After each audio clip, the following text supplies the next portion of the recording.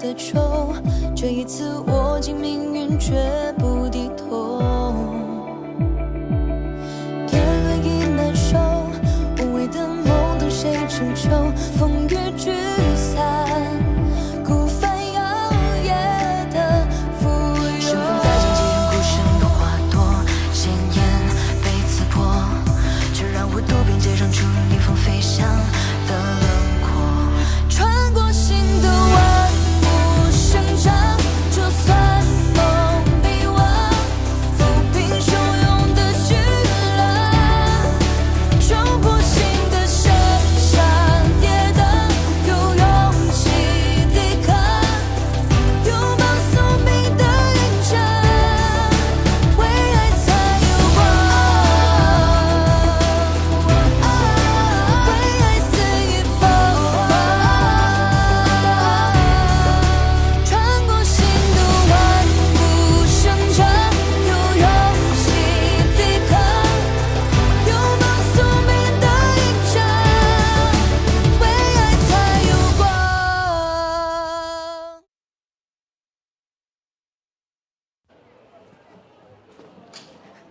掌柜，哎，小娘子，怎么又是你啊？这回不捉弄掌柜了。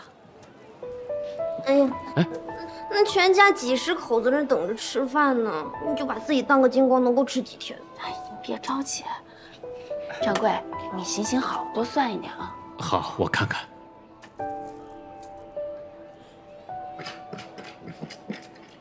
啊，姑娘，你看120文可以吗？谢掌柜。哎，好。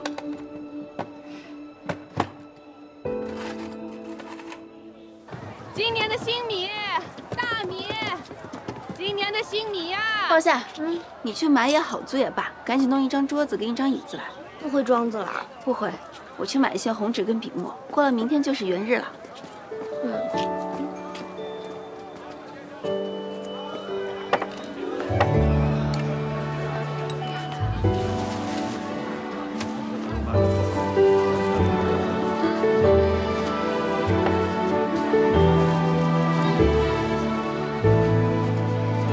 别不行，要不然就喝点儿。哎，这是干什么呢？哎呀，这小娘子长得都挺水灵。哎，我认得她，她不是花家那个小娘子吗？那天她从马车上下来的时候，花家，我瞧得真真的。哦，我想起来了，就是被抄家的那个花家呀。对对对，没错。哦，一门四进士的花家，就是她。这是要干什么呢？哎，这是。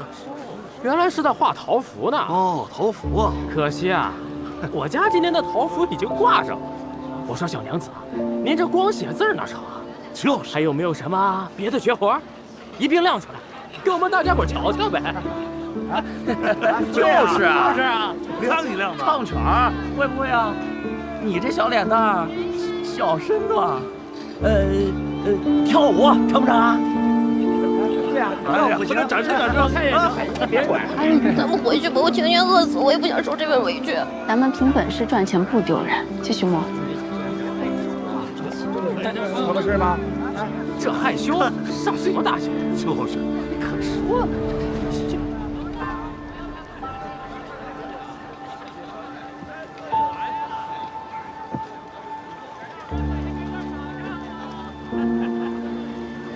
元日快到了。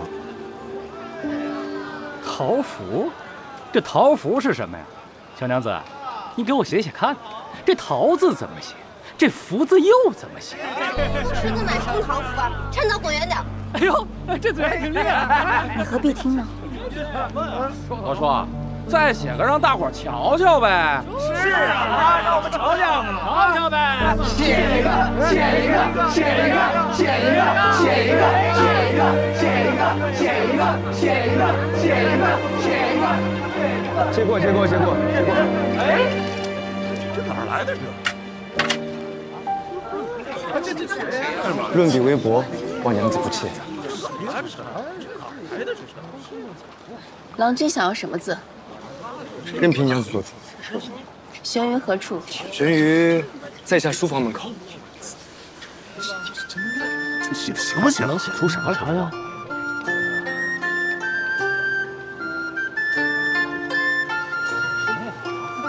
别说，写的还挺好啊。啊，还行。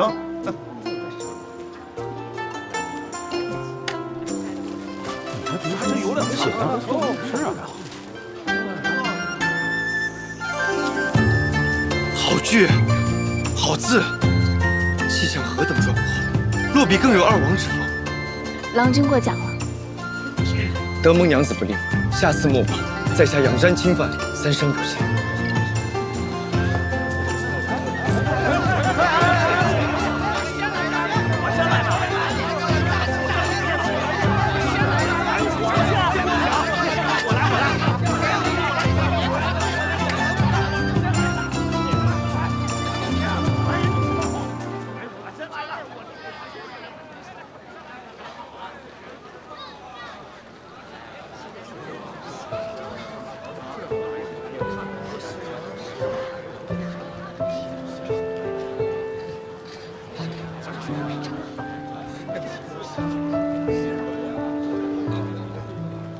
什么玩意儿？哎呀，哎，你怎么撕了呢？这好歹是拿钱买来的。哎，凑个热闹，看看小娘子就得了。花家那么晦气，我可不想贴在家里。你敢啊？不过呀，她要是肯做我的外室，那我还可以考虑考虑。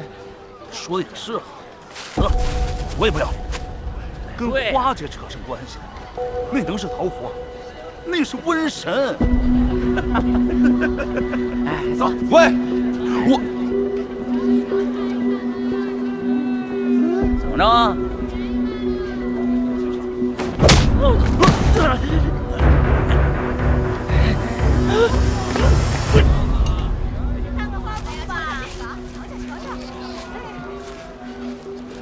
你来一个，跟我来。别写了，他们只是无聊，在作弄你。他们为无聊，我为挣钱，这不是两全其美吗？哎，你到底买不买啊？不买就别挡着我们看小娘子啊！就是啊，今日神姬再次出嫁了，你那日说我们本就没什么关系，不是的，我沈姬钦佩你，敬重你，从第一次在统江埠遇见你时就是如此。哪怕你不是华家人，哪怕你不是女儿身，我也想同你做朋友，做知己。当然可以啊。这不捣乱吗？摆咱们真是情深意重啊！继续。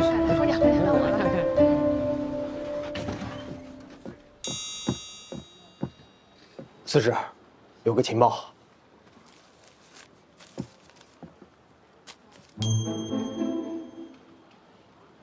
以后这种捕风捉影的消息，不用再给我送过来了。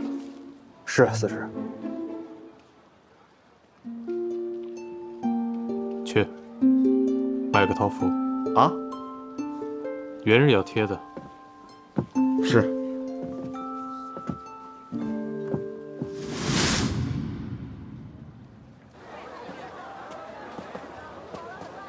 阁下留步。往后退。请问城中的药房怎么走？你不认得我？你是抄了我家的人，那你还来问我？花家戴罪，我问他们，他们要么不敢说，要么就胡乱骗我，所以我只能问你了。你不怕我？是，每次你都不怕我。我们花家已如蝼蚁草芥，你们七秀司奉旨办案，一直紧盯我们，是不屑杀我，也不能杀我。看来今日获利颇丰啊！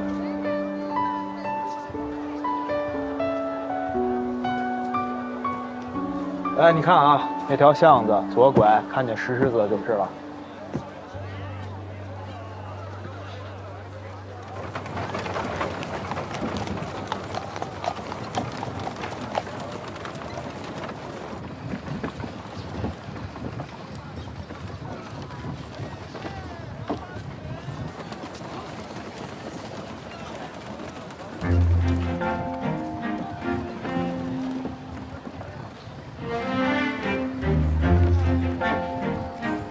听说沈大郎同你定过亲，如今婚事黄烂，就开始抛头露面、自暴自弃了。若抛头露面便是自暴自弃，那你整日遮着脸避着人，连天光也不见，那你岂不是天下第一贤淑首领？方才还看到沈大郎来买你的桃符，真是对苦命鸳鸯啊，挺叫人唏嘘的。我与沈家早无瓜葛，沈大郎买了，满城的人也买了，难道都与花家有关系吗？这么着急撇清关系干嘛？想护着他？你恨我吗？于私，你我素不相识。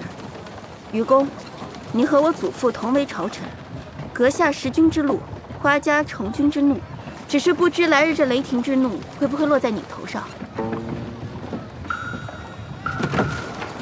这桃符什么意思？你不识字啊？只认得一半。什么叫只认得一半？上半句我认得，是宋延卿的佳句。夏松山兮多所思，携家人兮不迟迟。松间明月常如此，君在游兮复何时？如此情景被你下半句一衬，风雅全无了。眼下既无明月，也无佳人，似是你的马车是坏了吗？行得如此迟。停！停！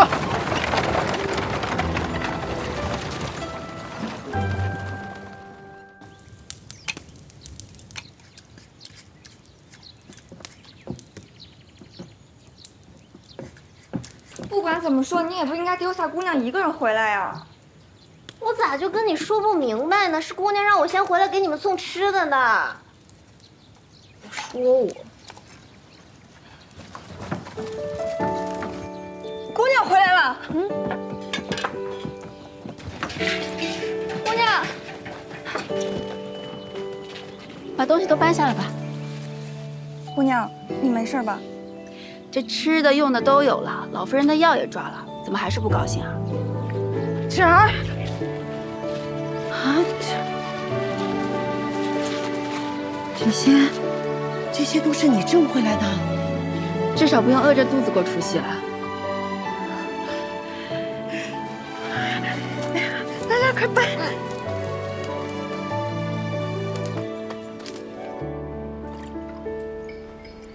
老夫人，多喝些热汤。今日这汤里竟还有肉呢，都吃吧啊！这玩意儿搁以前连家里的狗都不吃，现在倒成了稀罕物。李哥，今天有肉，你多吃点。真香。可不是嘛，现在闻到这一丝丝的肉味儿，竟像是过年了。二婶娘，你糊涂了，今夜正是除夕啊。是吗？那也不知老太爷跟老爷们能不能吃上口热饭呀？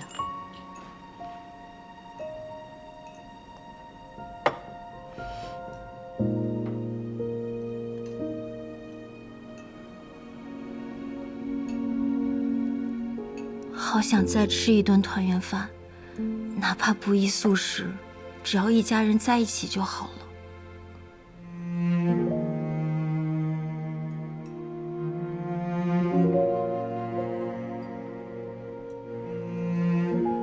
都好好吃饭，别糟践了芷儿的力气啊！快吃吧，吃吧，吃吧，吃吧。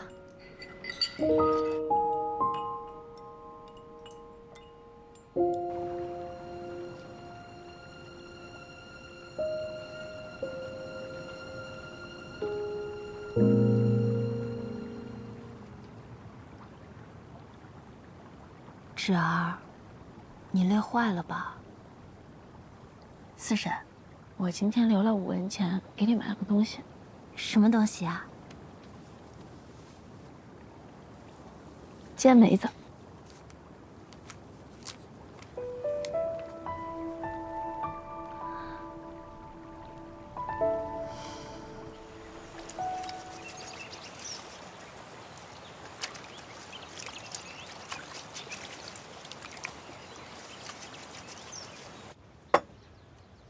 老夫人配药的饴糖还剩下些，姑娘上次带回来的果子，我试着用糖煎了煎，四夫人快尝尝。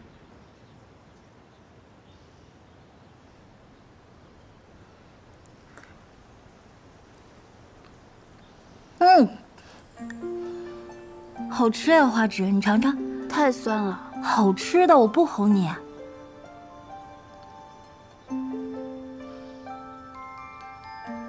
福东，你这手点石成金了。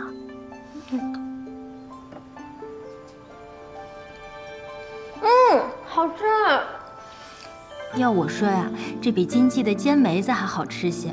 那梅子一包要5文钱呢。你现在知道要5文钱了。若是福东用心做，只怕经济要关门。四夫人若是爱吃，我倒是可以照着经济的口味做来试试，只是不知这些红果是哪里来的。这庄子往东3里地有一片林子，尽是红果子。你若再去摘，记得带些吃食。那里住了一个孤寡老妪。好。一老一小的，摘也摘不了，卖也卖不掉，这才留到冬天，便宜了咱们。现在这天底下可怜人可真多，如今又多了咱们这一大家子。哎呀，过来呀，来，大姑娘，这会儿可有空闲？三夫人，请说。先下去吧。我是昨日才知道，什么叫听见铜钱响，如听神仙音呢？你是知道的，从前府里就说灵儿的字写得最好。下回带上你的小妹妹一起写桃符去啊！我不去，我当是什么事儿呢？亏你也深得诗礼簪缨之家，这等当街卖货的丑事，连我2个丫鬟都羞于做。今日我便把话说明白了，我宁愿饿死，也不赚这臭钱。读了几句书，难不成就能吃风屙烟吗？我怎么就生了你这么个油盐不进的丫头？你不写是吧？不是有现成的吗？娘，这是我的早春西行图，你别动它，你别动它。什么西行东行？吃了这么多天的西北风，这玩意儿什么时候顶过饱？倒不如交给你大姐姐卖几个大钱，好歹不让肚皮闹饥荒。给我，你给我！今天我就能烧它也不卖它。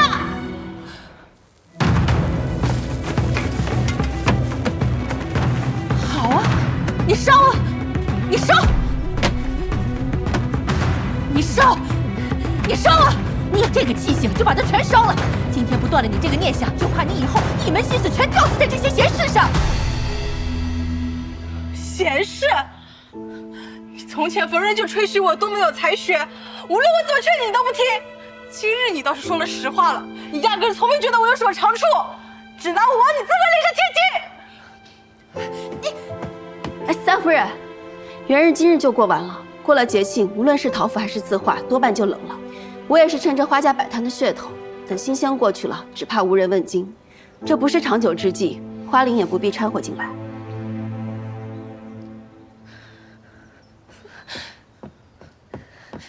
这个死丫头，赚多赚少，总算是有进项。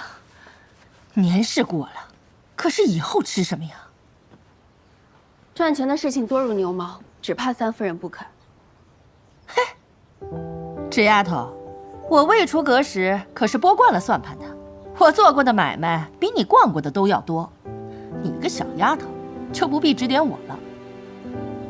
只是，经商终究是下流行当，一时救急还行，若是把它当成长久之计，恐怕是自甘下贱呀。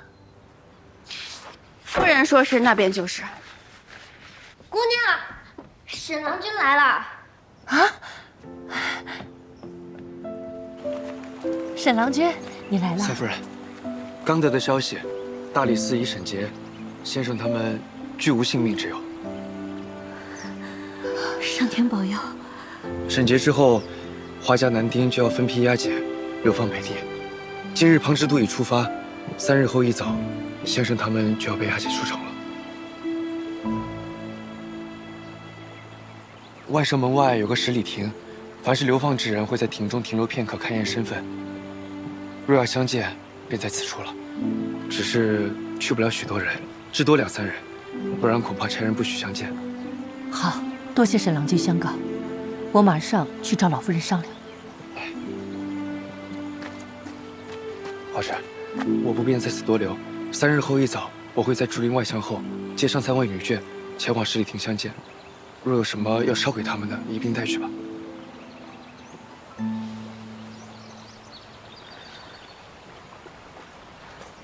我听闻北地滴水成冰，4、5月里雪尚未融，官人向来畏寒，如今这节气北上，如何受得了？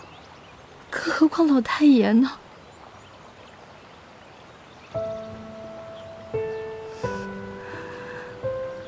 侄儿昨日才买，记得运了些布匹回来。是，快要开春了，本想给大家裁单衣用的。不，把那些布匹都拿来吧，做成衣袄，记得一定要宽大些。先前沈郎君买的那些也拿来，把它拆了，里面的棉絮掏出来，絮成厚衣。你再带上几个丫鬟，多买些针线回来，越结实越好。是。除去自家的男丁，旁系的男丁也千万不能忘了，他们的家眷多半得不到消息，准备不了什么。3日之内，无论如何要做出43件棉衣出来。我们华家的男丁，一个也不能冻死在那边。是，老夫人。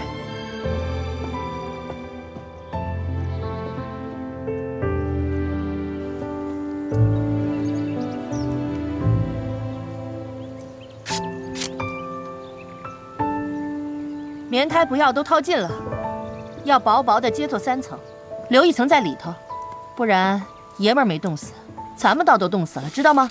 是。若是知道啊，哪些是给老爷们弄的，我就给他铺得厚厚的。我的姐姐，你糊涂了。那老爷们的自然由夫人们缝啊，什么时候轮得上你我了？咱们这些活呀，都是给旁支男丁缝的。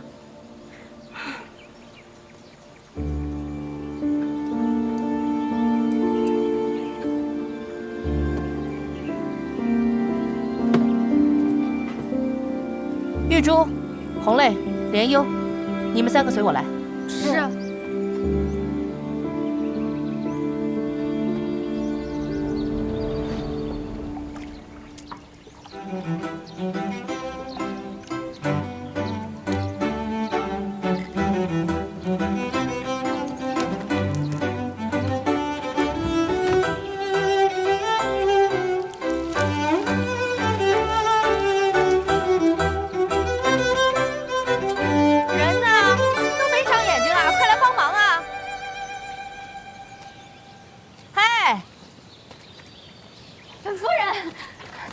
什么好东西回来？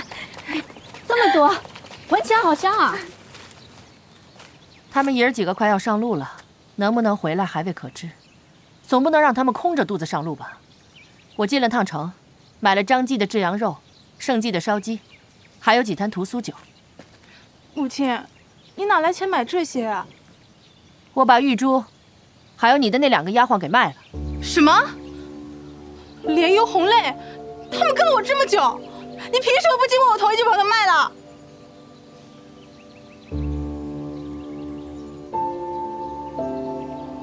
你们都这样看着我干什么？这些丫鬟本来就是我买的，现在卖身契在我手里，如今一时走投无路，把他们卖了又有什么不可？思前想后，我想明白了，与其都窝在一起受罪，偷的偷，跑的跑，倒不如都交给人牙子。一个整齐的丫鬟，卖了钱，可以供一家老小吃上半月。都围在这里看什么？搬进去呀！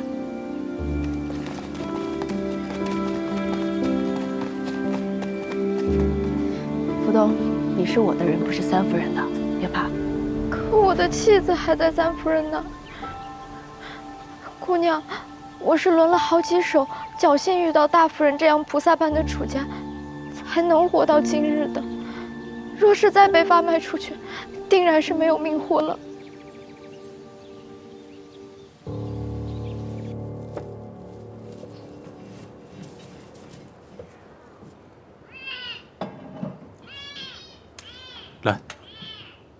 我来吧。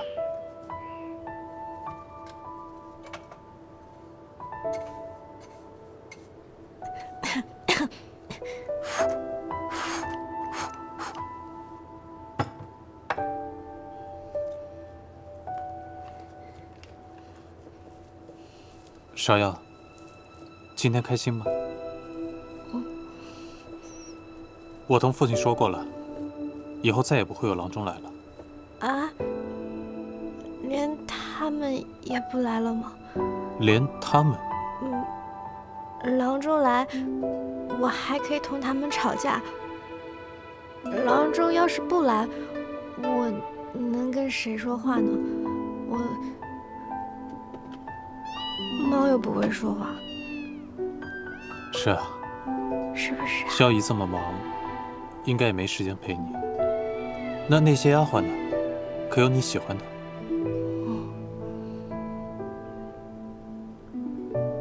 那等哥忙完，每天都来陪你，好不好？我每日又能陪他几时呢？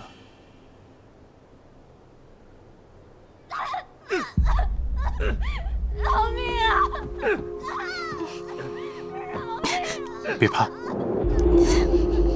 我去看看。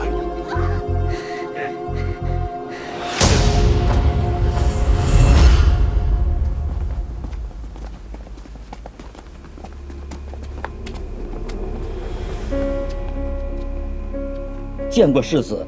怎么回事？这些奴婢对先王妃不敬，小的奉命整顿王府。如何不敬？你又奉谁的命？这些嚼舌议论，小的哪敢再说第二遍？是萧王妃实在看不过去，这才让小的处置。去吧。是。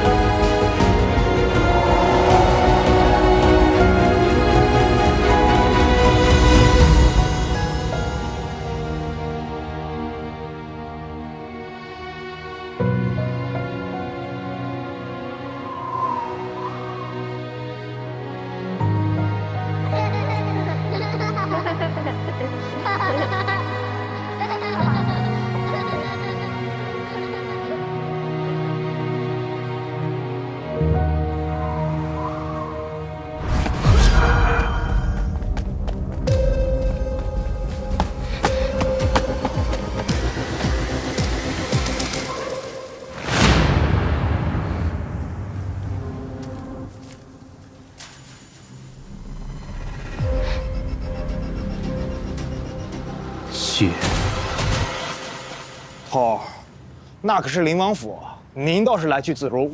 我们要是被逮的，那就别让人逮着。今晚就去，照我说的做。是。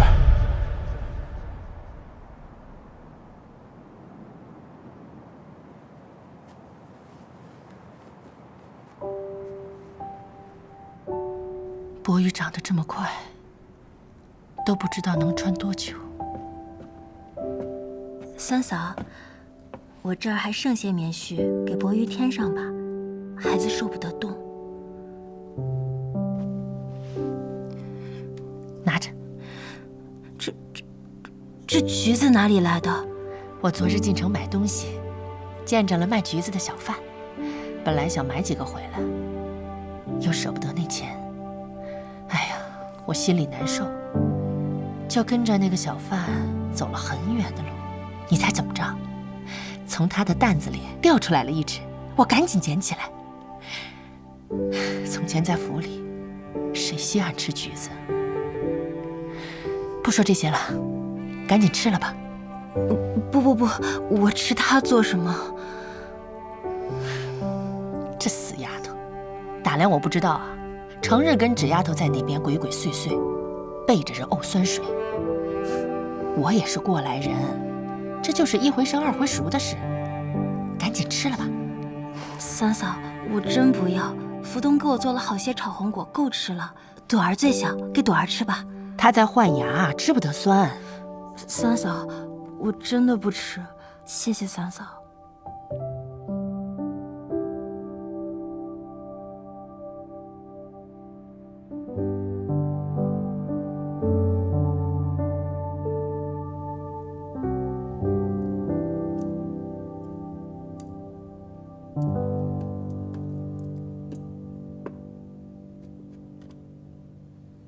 明日背完一则孟子，才能吃一颗。好不容易从府里带出来的，这以后啊，也不知道还有没有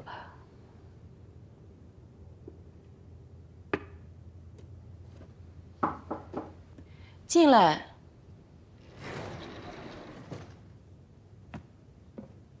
二嫂，给你们家伯礼吃吧，整日被压着背书，可怜劲儿的。大嫂，你家柏林比波里大，让一让他啊。应该的，他一个小哥，哪怕悬梁刺股的苦读也是应该的，不用了。哎呀，拿着吧。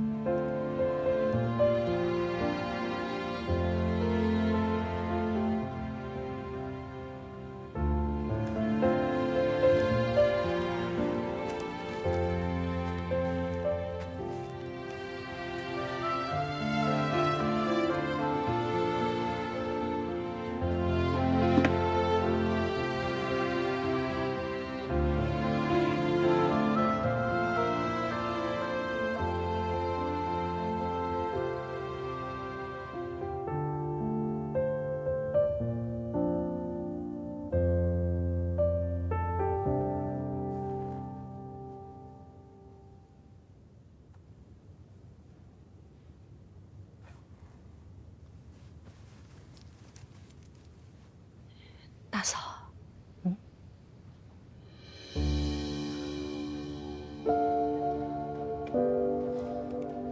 怎么还留了钱呀？咱们苦一苦没什么，就算去要饭也活的。这些从牙缝里省出来的银子，得先紧着爷们儿用。这人都说，穷家富路。山高路远的，他们好歹得有些银子傍身吧。所以，我是想把这些银子缝在衣服里面，给他们送去。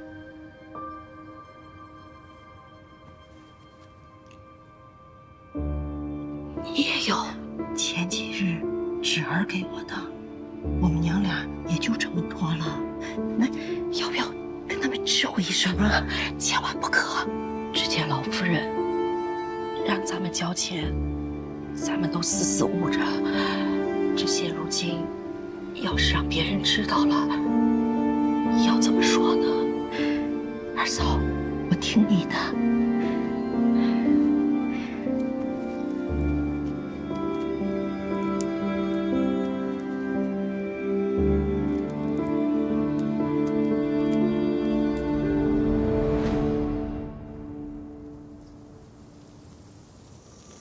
娘娘，你可是好人呐！冤有头，债有主，你可千万别来找我！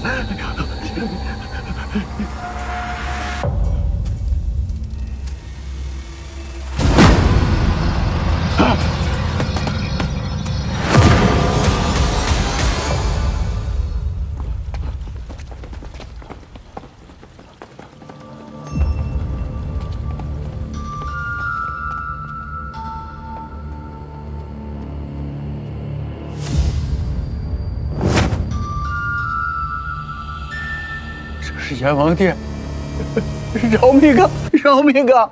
陈琴，去外边守着，别让任何人进来。是。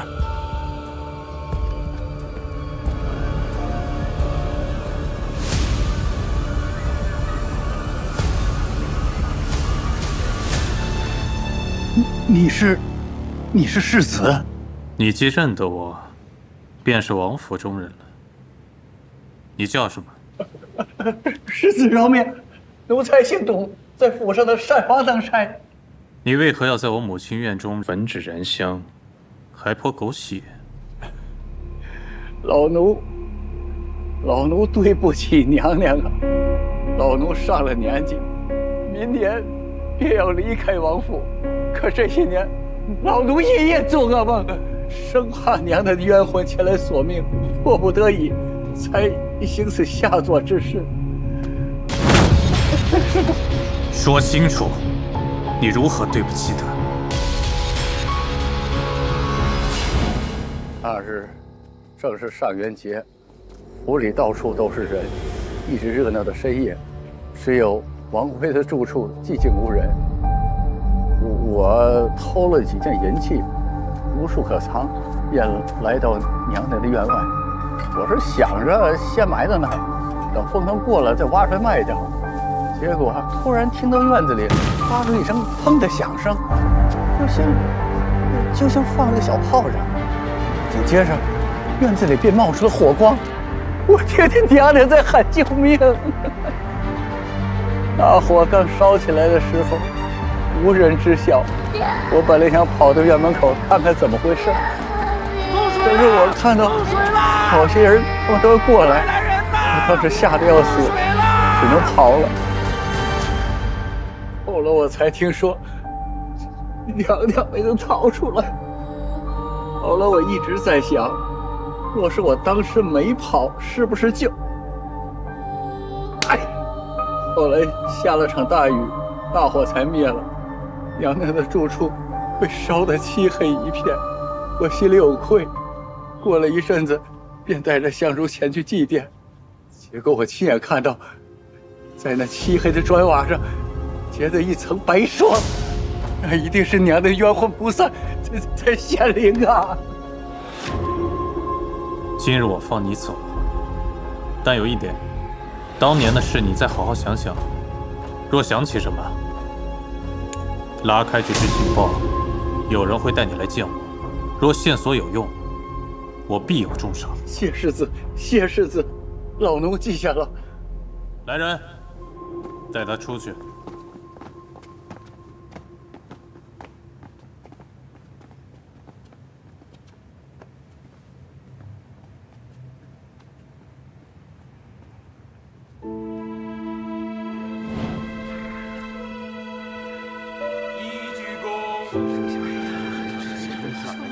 2鞠躬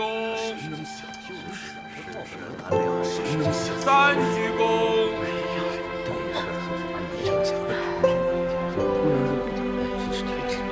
家属答谢。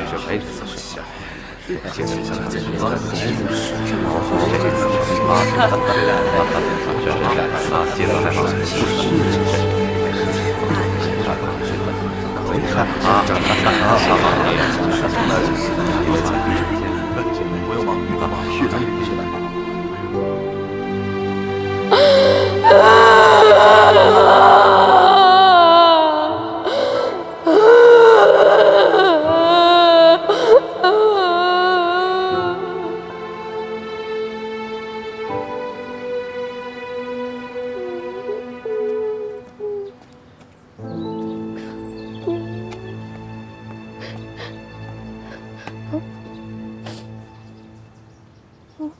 擦擦吧，鼻涕掉衣裳上了。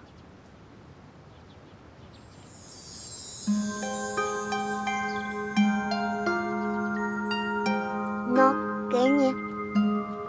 我是跟着花御史来的。我方才在灵堂上看了好久，那些大人都在装哭，只有你真的在掉眼泪。真弄不明白，王妃是这样好一个人，除了你这个小孩，竟然没人愿意为她掉眼泪。你真的逃？那夜我在院子里迷了路，误闯到这里。王妃非但没有怪罪，还派一位老嬷嬷送我出去。我母亲向来独居，身边并无嬷嬷。你认错了。她是你母亲？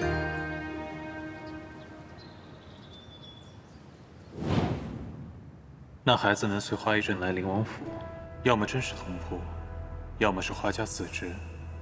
如今也该18、19岁了吧？他见过那个所谓的嬷嬷吗？哦，把他送走了。这2天我叫火把他盯紧。花家男丁今日流放，几时出发？卯时。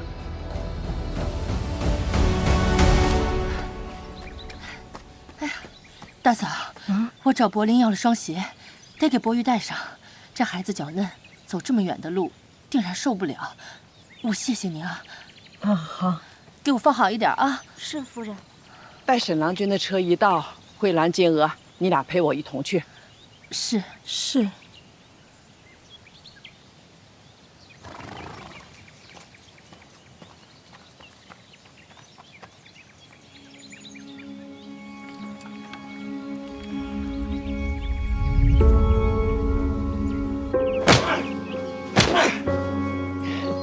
你个孽障！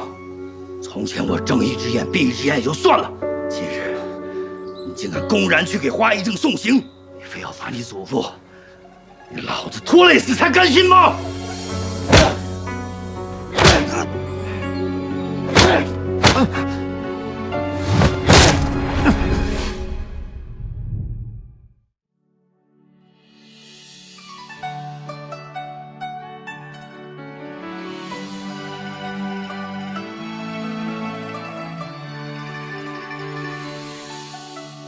不荒一秋天，不老一株茶。